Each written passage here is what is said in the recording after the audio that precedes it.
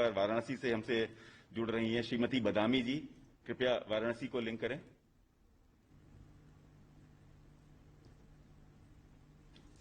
बदामी जी नमस्ते। नमस्ते सर। अरे मंत्री जी। बदामी जी, आपके परिवार में कौन कौन है? पहला काम सर जी मंत्री जी नरेगा के। हाँ। परिवार में 2 प्राणी हम सब है, 3 बच्चे हैं। आपका घर कैसे चलता है? कमाई के साधन क्या है? कमाई के दाम मंत्री जी यह चल रहा है नरेगा का हाँ।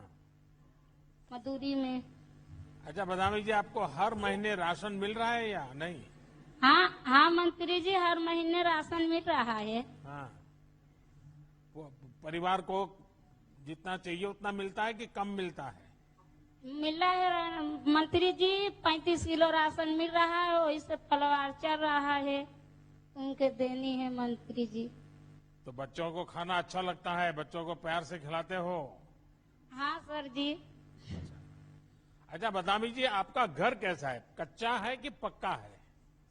मंत्री जी तुमका कृपा है कि वैसे एकदम मर ही रहा है हम सब पर।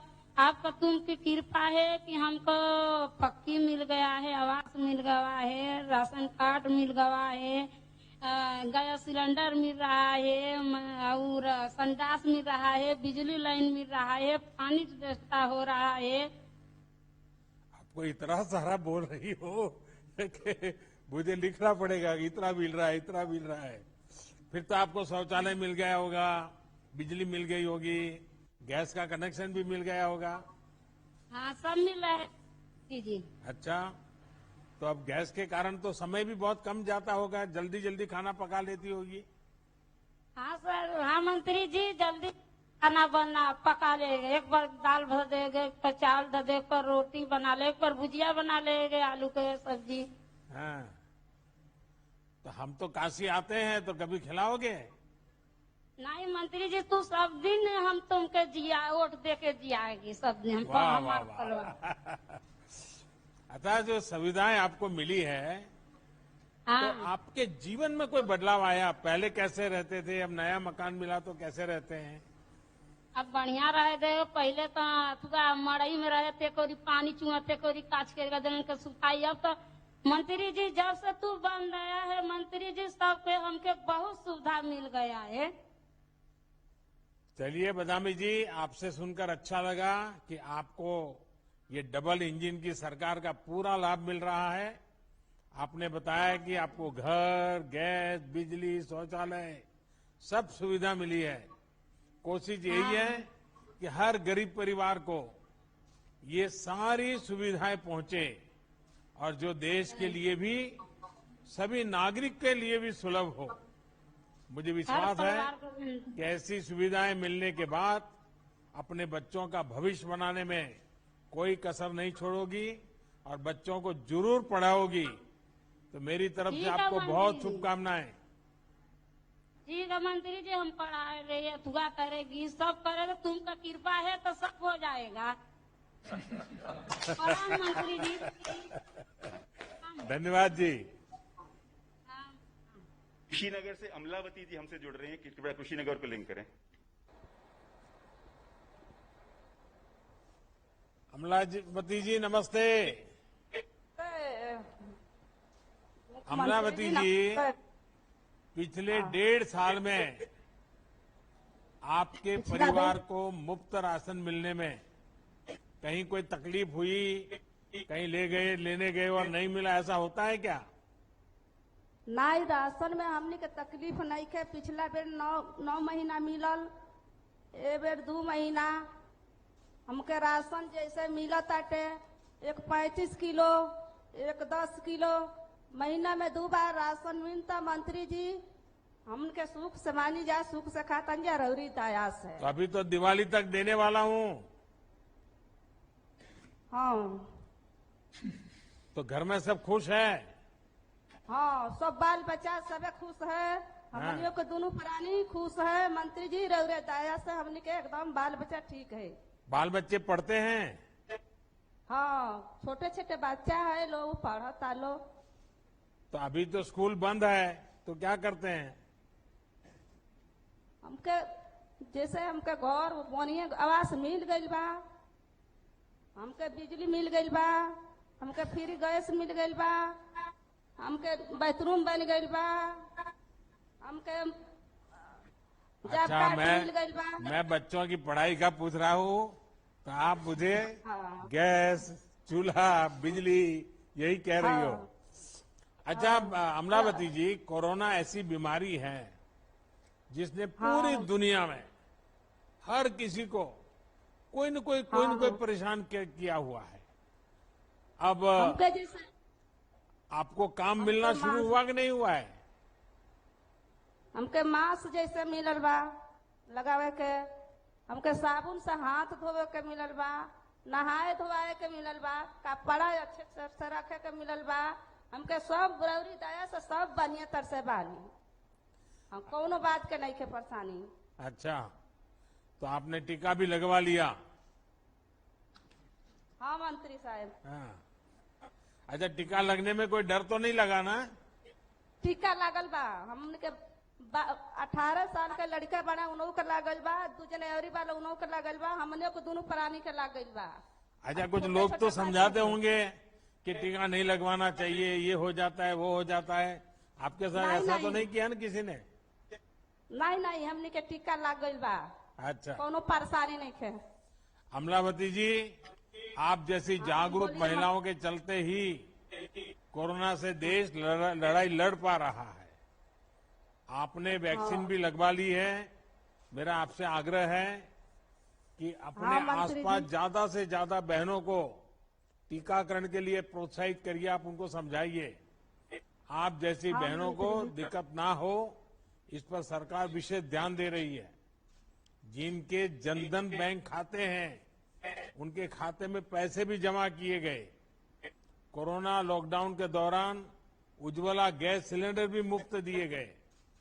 घर, शौचालय, बिजली, गैस के बाद अब हर घर पाइप से पानी की भी पहुंचाने की दिशा में हम बहुत काम कर रहे हैं और घर तक पानी भी पहुंचाएंगे। तो आपके आशीर्वाद बने रहे ताकि मैं सब काम कर सकूं। हमने करो रे आशीर्वाद से एकदम बढ़िया बानी जा, रौरी दया से। चलिए, बहुत बहुत धन्यवाद आपका। नमस्ते मंत्री साहब। झांसी से हमसे जुड़ रहे हैं पंकज सहगल जी, कृपया झांसी को लिंक करें। प्रणाम। पंकज जी नमस्ते।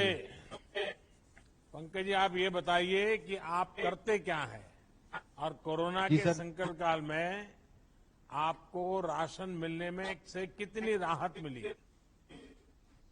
नहीं सर, मेरी परचून की छोटी सी दुकान है गांव में, थोड़ी खेती भी है।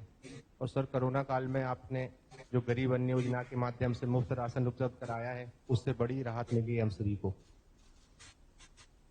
आसपास के लोगों को भी संतोष है? जो गरीब लोग पूरे ग्रामीण लोगों को दुकान आते होंगे, उनको भी संतोष है कि कोई शिकायत है? जी सर, नहीं सर, आपके आशीर्वाद से सब लोग बड़े खुश हैं इस समय। अच्छा पंकज जी, इन योजनाओं के अलावा आपको कोई और योजनाओं के भी लाभ मिले हैं क्या? जी सर, किसान सम्मान निधि, राशन कार्ड है, आयुष्मान कार्ड उपलब्ध है, रसोई गैस मिली हुई है सर। कितनी जमीन है आपकी? सर 1.5 से 2 एकड़ जमीन। और क्या खेती करते हैं? सर इस समय मूंगफली का सीजन है, उस समय फिर गेहूं करते हैं। देखिए, आपका ये इलाका तो ऐसा है कि पानी की दिक्कत रहती है। जी सर, अभी समस्या तो है, लेकिन इस बार बरसात अच्छी हो रही है। तो बरसात का पानी बचाने की कोशिश हो रही है क्या गांव में सब लोग? जी सर, बिल्कुल हो रहे हैं। तालाबों की गहराईकरण की जा रही है, हाँ। कुओं को भी साफ सफाई करके गहराईकरण हो रही है आपके आशीर्वाद से। देखिए पंकज जी, हमारी सरकार का प्रयास है कि हर वर्ग को बिना किसी भेदभाव के योजनाओं का लाभ मिले। योजनाओं का लाभ लेने में ये देखना गलत है कि कौन किस वर्ग का है।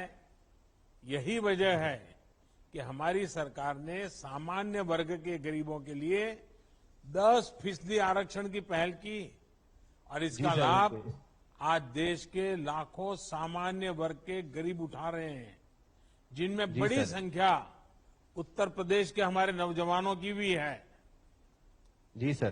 तो ये पंकज बड़े जी, शुक्रगुजार हैं हम आपको मेरी सभी का। बहुत शुभकामनाएं और सबको धन्यवाद। सर, नमस्कार।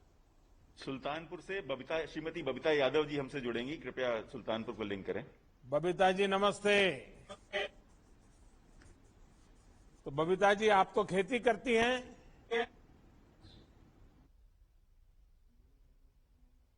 बबीता जी, मेरी आवाज सुनाई दे रही है? आपकी आवाज नहीं आ रही है।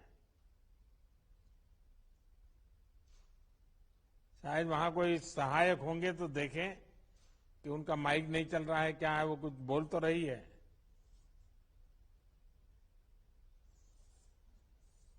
बबीता जी, कुछ बोलिए तो सुनाई देगा।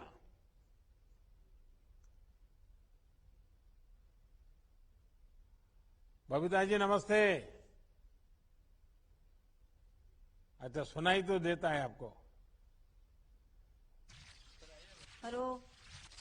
तो बबीता जी, आप क्या खेती करती हैं?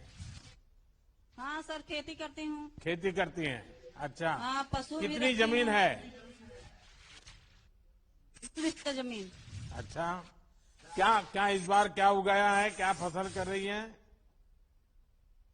धान की फसल इस सम्मत भर रही है। हाँ, बारिश हाँ। ठीक हो गई है? हाँ, बारिश ठीक हो रही। ठीक हो रही है। हाँ। अच्छा, पीएम किसान सम्मान निधि का जो पैसा मैं भेजता हूँ, हाँ। वो आपको मिल जाता है? हाँ, मिल जाता है, खाते में जाता है। सीधा खाते में आ जाता है? हाँ, खाते में आ जाता है। बीच में कोई पैसा कटकी करता नहीं है ना? ना, ये कोई दिक्कत नहीं। अच्छा।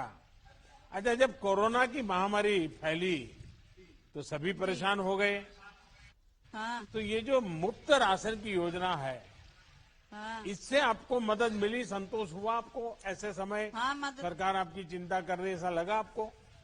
हाँ, मदद हुई सर। राशन मिला, महीने में 2 बार मिलता है। हाँ, खाने को कोई दिक्कत नहीं हुई। सारी सुविधाएं अच्छी है। हाँ। आपको बहुत बहुत धन्यवाद। बस आपके आशीर्वाद बने रहे।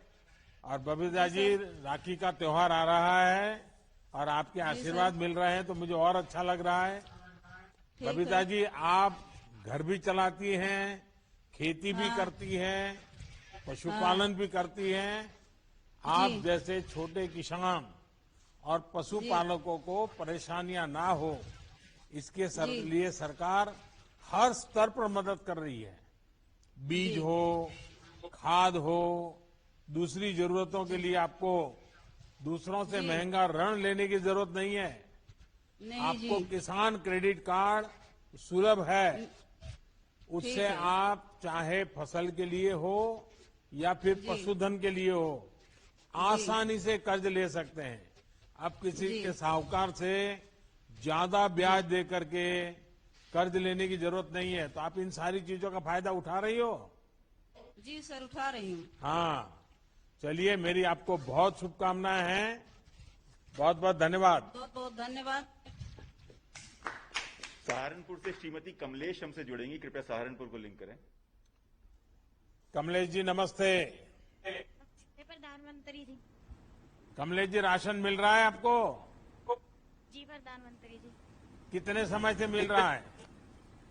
2 महीने से। अच्छा, पहले वाला भी मिलता था? जी।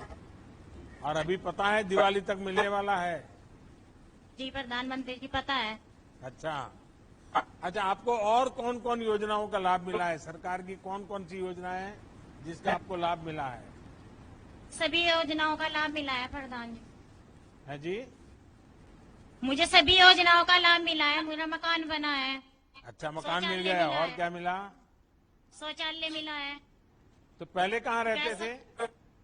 कच्चे मकानों में रहते थे। अच्छा, अभी पक्का मकान मिल गया। जी। तो पक्का मकान मिल गया तो मेहमान बहुत आते होंगे घर पे? जी। जी प्रधानमंत्री जी, मेहमान भी आते हैं और हम भी बहुत अच्छी तरह से रहते हैं। तो मेहमान आते हैं तो बहुत खिलाना पिलाना पड़ता होगा। जी। पहले तो कच्चा मकान होगा तो कोई मेहमान भी नहीं आते होंगे। जी नहीं, अब तो सभी आते हैं। अच्छा, ये घर आपने अपनी योजना से बनाया, जैसा बनाना चाहिए थे वैसा बनाया, या फिर किसी सरकारी आदमी ने आपको कहा ऐसा बनाया, ऐसा बनाओ, वैसा करो, ऐसा किया, क्या किया? जी नहीं, हमने अपने दिमाग से बनाया और जो पैसा मिला है उसमें हमने और थोड़ा मिलाकर अच्छे से बना दिया। अच्छा, तो आपको जैसा चाहिए वैसा घर बन गया है। हाँ जी, जैसा हमें चाहिए था हमने ऐसा ही बनाया। तो बच्चे बड़े हो जाएंगे तो उनको भी सुविधा हो जाएगी घर में। जी प्रधानमंत्री जी, बच्चे बड़े हैं और सारी सुविधा होगी। अच्छा, कमलेश जी, आप एक तो घरेलू काम करती हैं, तो आपके लिए ये जानना भी जरूरी है कि आप जैसे सभी माताएं बहनों के लिए प्रधानमंत्री श्रम योगी मानधन योजना के तहत 3,000 रुपये मासिक पेंशन की योजना भी चल रही है। हाँ आप जी, चल भी रही और है। आप जैसी सभी बहनें, सभी श्रमिक साथी इस योजना से जुड़ सकते हैं। ये 60 वर्ष की आयु के बाद आपको बहुत बड़ा संबल देगी। जी प्रधानमंत्री। कमलेश जी, हमारी हाँ जी। कोशिश भी यही है कि हमारे नागरिकों को योजनाओं का लाभ लेने में कोई दिक्कत ना हो, किसी के आगे उन्हें विनती ना करनी पड़े, हाथ फैलाना ना पड़े। ये उनका हक है, उन्हें बिना किसी परेशानी के इन सारी योजनाओं का लाभ मिल सके। इसलिए योगी जी की सरकार और दिल्ली में हमारी सरकार दोनों बराबर काम कर रहे हैं। तो आप जैसों के आशीर्वाद बने रहें, मेरी आपको बहुत शुभकामनाएं। जी प्रधानमंत्री जी, मैं कुछ इंतजार की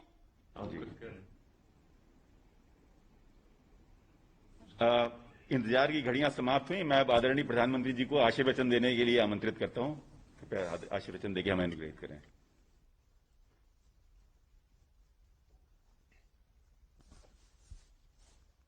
नमस्ते। आज आप सभी से बात करके बहुत संतोष हो रहा है। संतोष इस बात का कि दिल्ली से अन्न का जो एक एक दाना भेजा गया वो हर लाभार्थी की थाली तक पहुंच रहा है। संतोष इस बात का कि पहले की सरकारों के समय उत्तर प्रदेश में गरीब के अनाज की जो लूट हो जाती थी, उसके लिए अब वो रास्ता नहीं बचा है। यूपी में जिस तरह प्रधानमंत्री गरीब कल्याण अन्न योजना को लागू किया जा रहा है, वो नए उत्तर प्रदेश की पहचान को और मजबूत करती है। मुझे आपसे बात कर करके बहुत अच्छा लगा और जिस हिम्मत के साथ आप बोल रहे थे, जिस विश्वास के साथ बोल रहे थे और सच्चाई, आपके हर शब्द में सच्चाई निकलती थी, इससे मुझे इतना संतोष मिला। आप लोगों के लिए काम करने के लिए मेरा उत्साह आज बढ़ गया है। चलिए, आपसे बात करने के तो जितनी कम बातें करूं कम पड़ जाएगी। आइए अब कार्यक्रम की ओर चलते हैं। आज के इस कार्यक्रम में उपस्थित उत्तर प्रदेश के मुख्यमंत्री योगी भी है, कर्मयोगी भी है। ऐसे हमारे योगी आदित्यनाथ जी, यूपी सरकार के हमारे सभी मंत्रीगण, संसद में मेरे सभी सहयोगी, सभी सांसद, विधायक, मेयर, जिला पंचायत अध्यक्ष और विशाल संख्या में उत्तर प्रदेश के कोने कोने में आज इकट्ठे हुए मेरे प्यारे भाई और बहनों, अगस्त का ये महीना भारत के इतिहास में उसकी शुरुआत ही देखिए एक प्रकार से उपलब्धियां लेकर के आई है। ऐसा लग रहा है कि भारत की विजय की शुरुआत हो चुकी है। इसमें भी आज की ये 5 अगस्त की तारीख बहुत विशेष बन गई है। बहुत महत्वपूर्ण बन गई है। इतिहास इसको सालों तक दर्ज करेगा। ये 5 अगस्त ही है जब 2 साल पहले देश ने एक भारत श्रेष्ठ भारत की भावना को और सशक्त किया था। करीब करीब 7 दशक के बाद 2 साल पहले 5 अगस्त को ही आर्टिकल 370 को हटाकर जम्मू कश्मीर के हर नागरिक को हर अधिकार, हर सुविधा का पूरा भागीदार बनाया गया था। यही 5 अगस्त है जब पिछले साल कोटि कोटि भारतीयों ने सैकड़ों साल बाद भव्य राम मंदिर के निर्माण की तरफ पहला कदम रखा। आज अयोध्या में तेजी से राम मंदिर का निर्माण हो रहा है और आज 5 अगस्त की तारीख फिर एक बार हम सभी के लिए उत्साह और उमंग लेकर आई है। आज ही ओलंपिक के मैदान पर देश के युवाओं ने हॉकी के अपने गौरव को फिर से स्थापित करने की तरफ बड़ी छलांग लगाई है। करीब 4 दशक के बाद ये स्वर्णिम पल आई है जो हॉकी हमारी राष्ट्रीय पहचान रही है। आज हमारे युवाओं ने उस गौरव को पुनः हासिल करने की तरफ बहुत बड़ा देश को तोहफा दिया है। और ये भी संयोग है कि आज ही यूपी के 15 करोड़ लोगों के लिए इतना पुण्य आयोजन हो रहा है।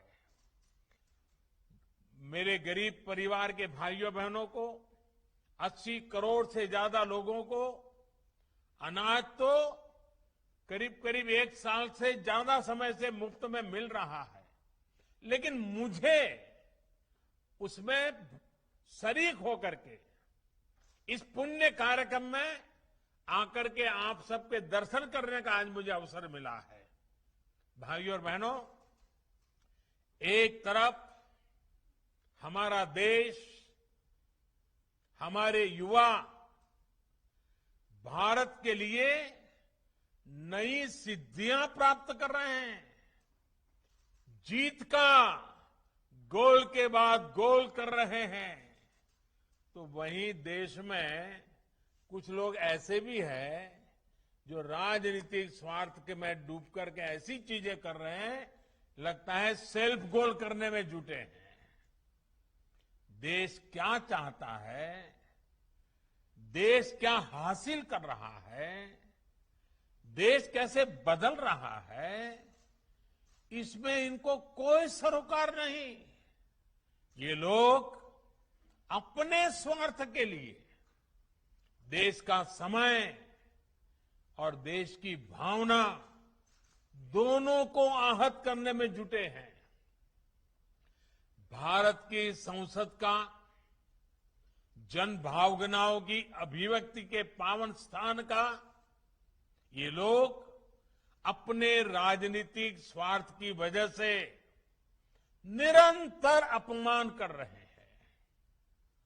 आज पूरा देश मानवता पर आए सबसे बड़े संकट से 100 साल में आया हुआ, पहली बार आया हुआ इतने बड़े संकट से बाहर निकलने के लिए जी जान से देश का हर नागरिक जुटा है, प्रयास कर रहा है।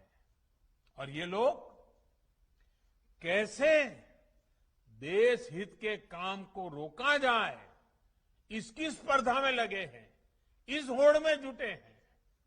लेकिन साथियों, ये महान देश, इस देश की महान जनता ऐसी स्वार्थ और देश हित विरोधी राजनीति का बंधक नहीं बन सकता।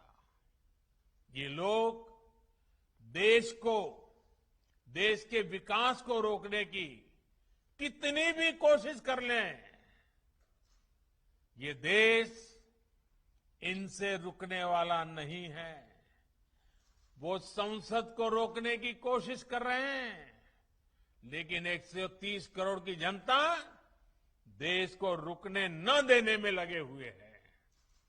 हर कठिनाई को चुनौती देते हुए देश हर मोर्चे पर तेजी से आगे बढ़ रहा है। सिर्फ बीते कुछ हफ्तों के कीर्तिमानी देखें और जरा देखिए, जब देश नए कीर्तिमान स्थापित कर रहा था और कुछ लोग दिल्ली में संसद को रोकने में लगे हुए थे, कुछ ही हफ्तों में जो हमने कीर्तिमान देखे तो भारतीयों का सामर्थ्य और सफलता चारों तरफ नजर आता है। ओलंपिक में अभूतपूर्व प्रदर्शन को पूरा देश उत्साहपूर्वक देख रहा है।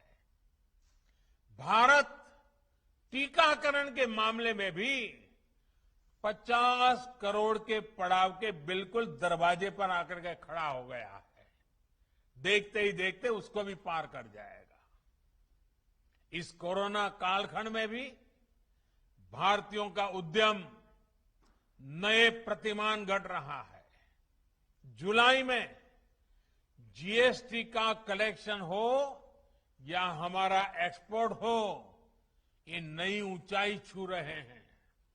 जुलाई में 1,16,000 करोड़ रुपए का जीएसटी कलेक्शन होना, ये बताता है कि अर्थव्यवस्था गति पकड़ रही है। वहीं आजादी के बाद पहली बार किसी एक महीने में भारत का एक्सपोर्ट 2.5 लाख करोड़ से भी ज्यादा हो गया। 2.5 लाख करोड़ से भी पार कर गया। 2.5 लाख करोड़ रुपए से पार होना आजादी के बाद पहली बार इस महीने में हुआ है। कृषि निर्यात में हम दशकों बाद दुनिया के टॉप 10 देशों में शामिल हुए हैं। भारत तक कृषि प्रधान देश कहा जाता है, लेकिन दशकों बाद टॉप 10 में हमारा नाम आया है। भारत का गौरव, देश का पहला मेक इन इंडिया विमान वाहक पोत, मेड इन इंडिया विमान वाहक पोत विक्रांत समंदर में अपना ट्रायल शुरू कर चुका है। हर चुनौती को चुनौती देते हुए भारत ने लद्दाख में दुनिया की सबसे ऊंची मोटरेबल रोड का निर्माण पूरा किया है। हाल ही में भारत ने ई-रूपी लॉन्च किया है, जो आने वाले समय में डिजिटल इंडिया को मजबूती देगा और वेलफेयर स्कीम को बिल्कुल टारगेटेड और पर्पज को परिपूर्ण करेगा। साथियों, जो लोग सिर्फ अपने पद के लिए परेशान हैं, वो अब भारत को रोक नहीं सकते। नया भारत पद नहीं, पदक जीत करके दुनिया में छा रहा है। नए भारत में आगे बढ़ने का मार्ग परिवार नहीं, बल्कि परिश्रम से तय होगा। और इसलिए आज भारत का युवा कह रहा है, भारत चल पड़ा है, भारत का युवा चल पड़ा है। साथियों, इस कड़ी में योगी जी और उनकी सरकार ने जो आज का ये कार्यक्रम रखा है, वो और भी महत्वपूर्ण हो जाता है। इस मुश्किल समय में एक भी गरीब ऐसा न हो जिसके घर में राशन न हो, ये सुनिश्चित करना बहुत जरूरी है। साथियों, 100 साल का ये सबसे बड़ा संकट सिर्फ महामारी का ही नहीं है, बल्कि इसने कई मोर्चों पर देश और दुनिया की अरबों की आबादी को, पूरी मानव जात को अपनी चपेट में लिया है और वो एक सबसे बड़ी चुनौतियां पैदा की है। अतीत में हमने अनुभव किया है कि जब देश पर पहले इस तरह का बड़ा संकट आता था तो देश की तमाम व्यवस्थाएं बुरी तरह से चरमरा जाती थी, हिल जाती थी, लोगों का विश्वास भी डिग जाता था। लेकिन आज भारत का प्रत्येक नागरिक पूरी ताकत से इस महामारी का मुकाबला कर रहा है।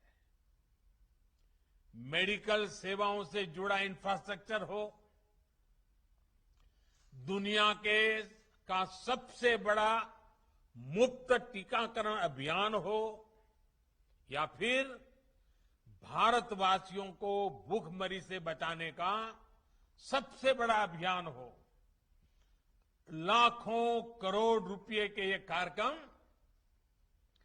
आज भारत सफलता के साथ आगे बढ़ा रहा है। महामारी के इस संकट के बीच भारत ने बड़ी संख्या में रोजगार निर्माण करने वाले लोग और बड़े बड़े मेगा इंफ्रास्ट्रक्चर प्रोजेक्ट्स को भी रुकने नहीं दिया।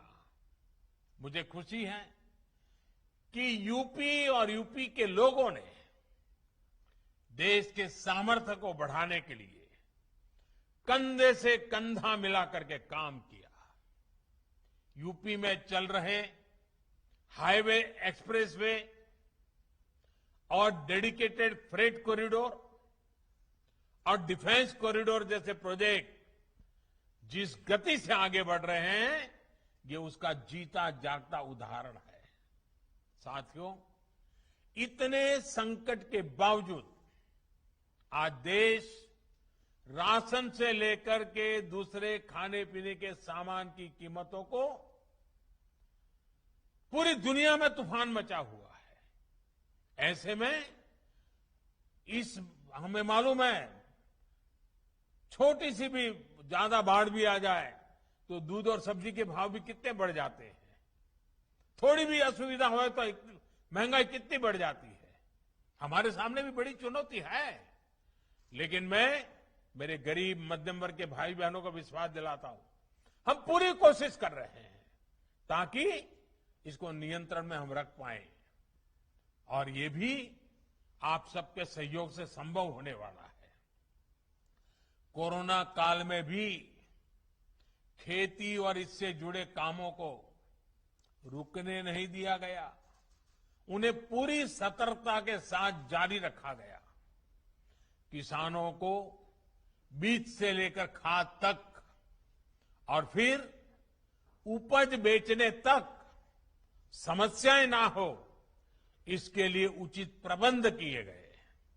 परिणाम ये हुआ कि हमारे किसानों ने रिकॉर्ड उत्पादन किया और सरकार ने भी एमएसपी पर खरीदने के नए रिकॉर्ड स्थापित किए हैं। और हमारे योगी जी की सरकार ने तो बीते 4 सालों में एमएसपी पर खरीद में हर साल नए नए रिकॉर्ड बनाए हैं। यूपी में इस साल गेहूं और धान की खरीदी में पिछले वर्ष की तुलना में लगभग 2 गुनी संख्या में किसानों को एमएसपी का लाभ पहुंचा है। यूपी के 13 लाख से अधिक किसान परिवारों को उनकी उपज का लगभग 24,000 करोड़ रुपए सीधे उनके बैंक अकाउंट में पहुंचाया गया है। साथियों, केंद्र और उत्तर प्रदेश की डबल इंजन सरकार सामान्य जन की सुविधा और सशक्तिकरण के लिए निरंतर प्रयासरत है।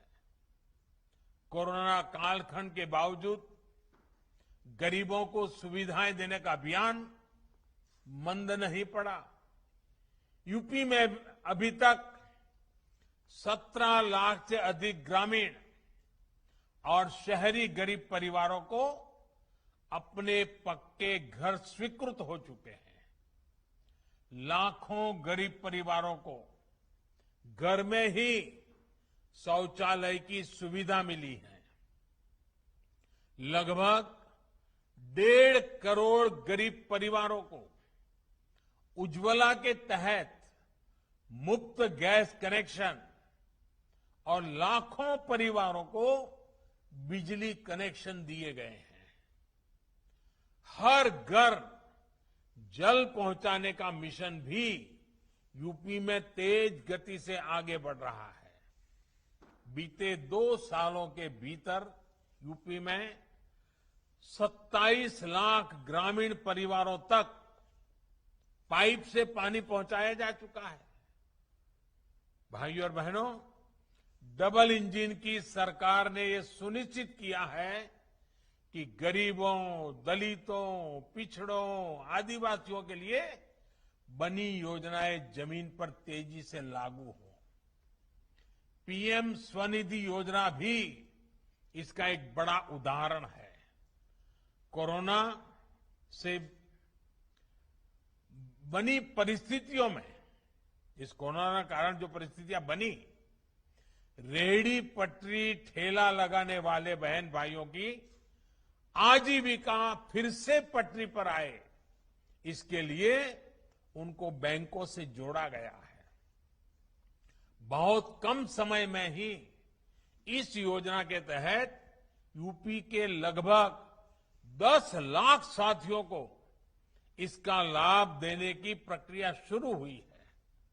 साथियों, बीते दशकों में उत्तर प्रदेश की हमेशा क्या पहचान बनी, क्या उल्लेख होता था उत्तर प्रदेश का, आपको याद होगा। उत्तर प्रदेश को हमेशा राजनीति के चश्मे से देखा गया।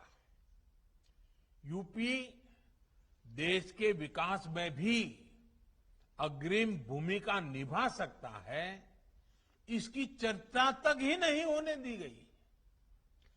दिल्ली के सिंहासन का रास्ता यूपी से होकर गुजरता है। इसका सपना देखने वाले तो बहुत लोग आए और गए, लेकिन ऐसे लोगों ने कभी ये याद नहीं रखा कि भारत की समृद्धि का रास्ता भी यूपी से होकर ही गुजरता है। इन लोगों ने उत्तर प्रदेश को सिर्फ राजनीति का ही केंद्र बनाए रखा। किसी ने वंशवाद के लिए, किसी ने अपने परिवार के लिए, किसी ने अपने राजनीतिक स्वार्थ के लिए यूपी को सिर्फ इस्तेमाल किया गया। इन लोगों की संकीर्ण राजनीति में भारत के इतने बड़े राज्य को भारत की आर्थिक प्रगति से जोड़ा ही नहीं गया। हां, कुछ लोग जरूर समृद्ध हुए, कुछ परिवार जरूर आगे बढ़े। इन लोगों ने यूपी को नहीं बल्कि खुद को समृद्ध किया। मुझे खुशी है कि आज उत्तर प्रदेश ऐसे लोगों के कुचक्र से बाहर निकलकर आगे बढ़ रहा है। डबल इंजन की सरकार ने यूपी के सामर्थ्य को एक संकुचित नजरिए से देखने का तरीका बदल डाला है। यूपी भारत के ग्रोथ इंजन का पावर हाउस बन सकता है, ये आत्मविश्वास बीते सालों में पैदा हुआ है। यूपी के इतिहास में पहली बार सामान्य युवाओं के सपनों की बात हो रही है। यूपी के इतिहास में पहली बार अपराधियों में भय का माहौल पैदा हुआ है। यूपी के इतिहास में पहली बार गरीबों को सताने वालों, कमजोर वर्गों को डराने धमकाने और अवैध कब्जा करने वालों के मन में डर पैदा हुआ है। जिस व्यवस्था को भ्रष्टाचार और भाई भतीजावाद की लत लग गई थी, उसमें सार्थक बदलाव की शुरुआत हुई है। आज यूपी में ये सुनिश्चित किया जा रहा है कि जनता के हिस्से का एक एक पैसा सीधे जनता के खातों में पहुंचे, जनता को लाभ हो। आज यूपी निवेश का केंद्र बन रहा है। बड़ी बड़ी कंपनियों आज यूपी आने के लिए लालायित हो रही है। यूपी में इंफ्रास्ट्रक्चर के मेगा प्रोजेक्ट्स बन रहे हैं, इंडस्ट्रियल कॉरिडोर बन रहे हैं, रोजगार के नए अवसर तैयार हो रहे हैं। भाइयों और बहनों, उत्तर प्रदेश यहां के परिश्रमी लोग, आत्मनिर्भर भारत, एक वैभवशाली भारत के निर्माण का बहुत बड़ा आधार है। आज हम आजादी के 75 वर्ष का पर्व मना रहे हैं, आजादी का अमृत महोत्सव मना रहे हैं। ये महोत्सव सिर्फ आजादी का उत्सव भर ही नहीं है, बल्कि ये आने वाले 25 वर्षों के लिए बड़े लक्ष्य, बड़े संकल्पों का अवसर है। इन संकल्पों में उत्तर प्रदेश की बहुत बड़ी भागीदारी है, बहुत बड़ी जिम्मेदारी है। बीते दशकों में उत्तर प्रदेश जो हासिल नहीं कर पाया, अब उसे हासिल करने की बारी आई है। ये दशक एक तरह से उत्तर प्रदेश के पिछले 7 दशकों में जो कमी रह गई, उसकी भरपाई करने का दशक है। ये काम यूपी के सामान्य युवाओं, हमारी बेटियां, गरीब, दलित, वंचित, पिछड़ों की पर्याप्त भागीदारी और उनको बेहतर अवसर दिए बगैर नहीं हो सकता। सबका साथ, सबका विकास और सबका विश्वास, इसी मंत्र के साथ हम आगे बढ़ रहे हैं। बीते समय में शिक्षा से जुड़े 2 बड़े फैसले ऐसे हैं जिसका उत्तर प्रदेश बहुत बड़ा लाभार्थी होने वाला है। पहला फैसला इंजीनियरिंग की पढ़ाई से जुड़ा है। इंजीनियरिंग और टेक्निकल एजुकेशन से जुड़ी पढ़ाई से यूपी के गांव और गरीब की संतान बहुत हद तक भाषा की समस्या के कारण वंचित रह जाता था। अब इस बाध्यता को खत्म कर दिया गया है। हिंदी सहित अनेक भारतीय भाषाओं में इंजीनियरिंग और टेक्निकल एजुकेशन की पढ़ाई शुरू हो रही है। आधुनिक टेक्नोलॉजी का उपयोग करते हुए बेस्ट कोर्स, श्रेष्ठ पाठ्यक्रम तैयार किया गया है। देश के अनेक राज्यों के संस्थानों ने ये सुविधा लागू करनी शुरू कर दी है। भाइयों और बहनों, एक और अहम फैसला है मेडिकल शिक्षा से जुड़ा। मेडिकल शिक्षा में अखिल भारतीय कोटे से ओबीसी को, पिछड़ों को आरक्षण के दायरे से बाहर रखा गया था। इस स्थिति को बदलते हुए हाल में हमारी सरकार ने इसमें ओबीसी को 27% आरक्षण दिया है। यही नहीं, सामान्य वर्ग के गरीब परिवारों के बच्चों के लिए भी जो 10% आरक्षण है, उसको भी इसी सेशन से लागू किया गया है।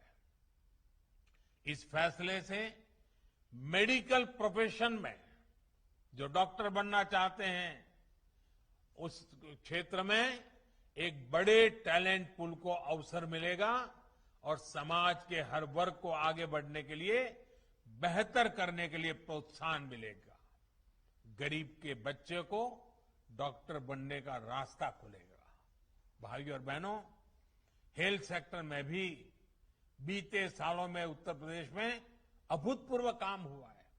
कल्पना कीजिए, 4-5 साल पहले अगर कोरोना जैसी वैश्विक महामारी आती तो यूपी की क्या स्थिति होती। तब तो सामान्य सर्दी, बुखार, हैजा जैसी बीमारियों तक जीवन के लिए संकट बन जाती थी।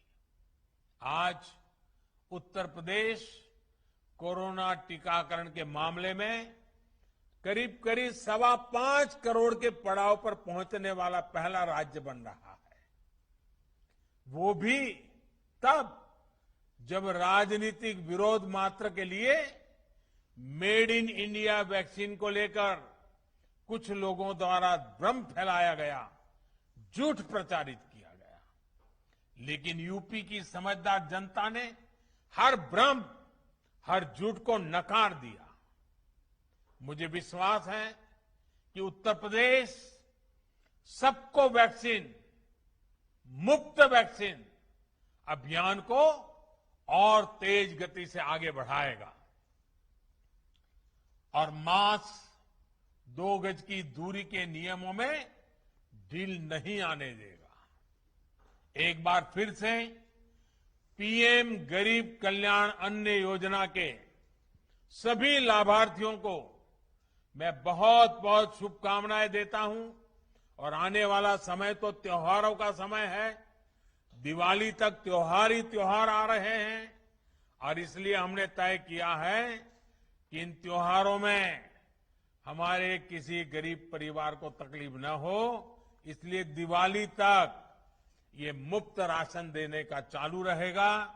मैं फिर एक बार आप सबको आने वाले सभी त्योहारों के लिए बहुत बहुत शुभकामनाएं देता हूं। आप स्वस्थ रहे, आपका परिवार स्वस्थ रहे। बहुत बहुत धन्यवाद।